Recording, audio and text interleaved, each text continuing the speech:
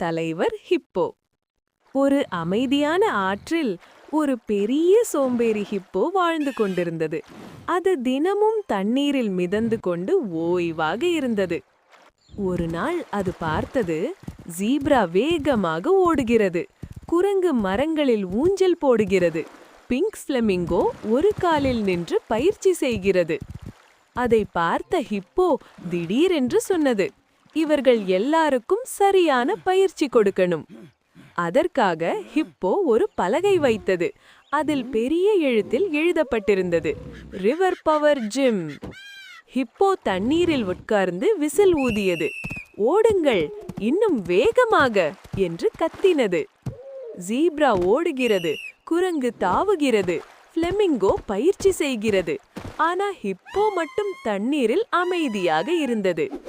சில நேரம் கழித்த ஹிப்போ பெரிய ஆவலுடன் ஆவாய்விட்டது. பிறகு மீண்டும் தண்ணீரில் மிதந்து தூங்க ஆரம்பித்தது. அப்போது ஜீப்ரா சிரித்துக்கொண்டு சொன்னது, கோச் தான் முதலில் பயிற்சி காட்டணும். அதற்கு பிறகு எல்லா விலங்குகளும் சேர்ந்து ஹிப்போவை ஓட வைத்தார்கள். அந்த நாள் ஹிப்போ ஒரு பெரிய பாடம் கற்றுக்கொண்டது.